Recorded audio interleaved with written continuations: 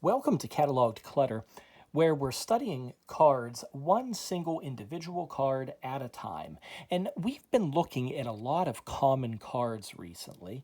I most enjoy studying cards in my collection that for years I just simply overlooked. And that's what we've been doing. But today we're looking at one with some monetary value. This is the Michael Jordan No Boundaries insert. It's from Skybox's 9596 EXL. It's numbered 1 of 10 for the set. This card does kick off that insert set. And the reverse of the card is this not the coolest card back you've ever seen? You know, you turn it over thinking everything's just one kind of two-dimensional level, and you get all of this die cut and textured features. Really, really neat card. Well, for the video, I looked up some prices for this card. And, you know, you gotta let me shed some tears for the corner damage here at the bottom.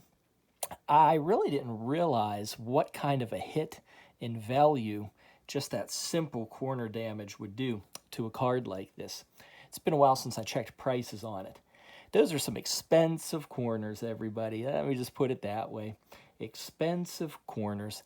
Okay, so EXL. There's nothing on this card that would indicate it's from EXL, though. You just have a simple gold foil Skybox logo. The gold foil there in the upper right for the No Boundaries set logo. They use that same gold foil for the player's name on the front. Keeps everything kind of unified. Nice. Well, this one has a wide range of prices. So as of this video, I don't know, I guess what I could expect to get. It looks like basic ungraded cards are staying above $50. I was looking at an August 20th, 2024 sale, ungraded, 64 bucks, solid, good price. I'm happy with that. Look, anything above $10 to me is an expensive card. Now, PSA 8 and 9s, though, those were ranging from $100 to $200. I saw an August 15th sale. That was a PSA 8, $107.50. Then there was a July 15th. This is all 2024 this year. That was a PSA 9, $180.50. Then there was a PSA 10. This was July 23rd of this year. The PSA 10 topped $2,200. Can you believe that? You probably can. But yeah, $2,200. So on this particular card, I really don't feel like thinking about what this slight damage on the bottom corners is costing me. But look, I mean, I know that's what makes a 10 of 10. That's the hobby. That's what makes it so rare. That gem mint. You know, the damage is barely visible at certain angles. And to think that that could be costing me like $1,000, but you know, whatever. Back to this card. Just upsetting corners, expensive corners. These No Boundaries cards, they were difficult to find, but not impossible. Okay, not impossible. These were in hobby boxes only, about 1 in 18 packs is what they said. It's a very short and simple set. You have just 10 solid players, 10 of them. Really neat background on the cards. The face in the picture you see is expanded and incorporated into the metallic foil background. Really neat, but to me, as I said, the coolest part of this insert set is the back. Now, if you remember these base EXL cards, there was this black die-cut raised like window around the border around the photo. Very neat, very effective.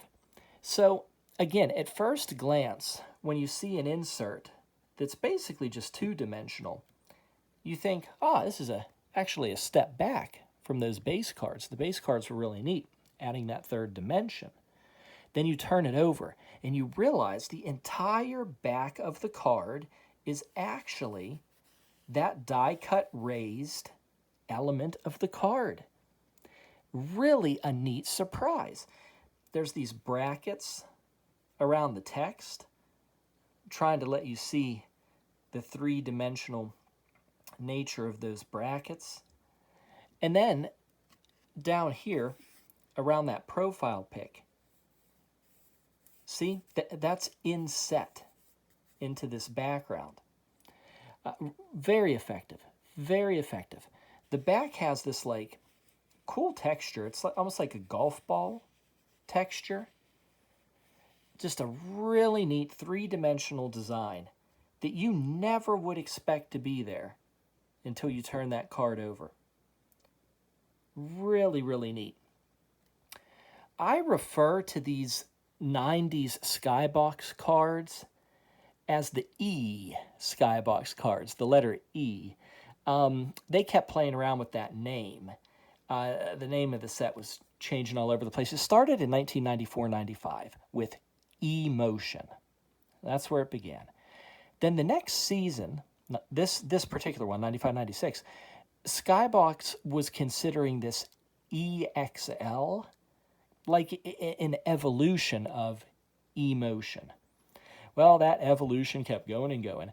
The name then changed to EX2000, which was obviously well ahead of the year 2000. This is 96-97. Okay, then the next year, EX2001. And they probably realized, well, hey, our futuristic sounding EX2000 is actually only a few years away. And what do? We don't want to think of another name. Let's just add a year. Let's add a year. EX2001. Why not? Then that changed to EX Century. And we're only at 98, 99. They were too quick to anticipate that year 2000. So what was the only thing they had left to do when the year 2000 finally arrived in that 99-2000 set? They just dropped everything and called the cards EX. It was like, well, we're leading up to that. Fair enough. Fair enough. So I call them the E cards. It's the best way to keep track of that name. Well, look, back to this Jordan. Really happy to add this particular insert to our video collection we have going here. Not going to think about the price of those corners down there. We're going to ignore that because still really cool card. Really cool card. Happy to have it. Really neat back of the card. Okay, I like this one. Time to leave. Hope you enjoyed. Thanks for watching. Bye-bye.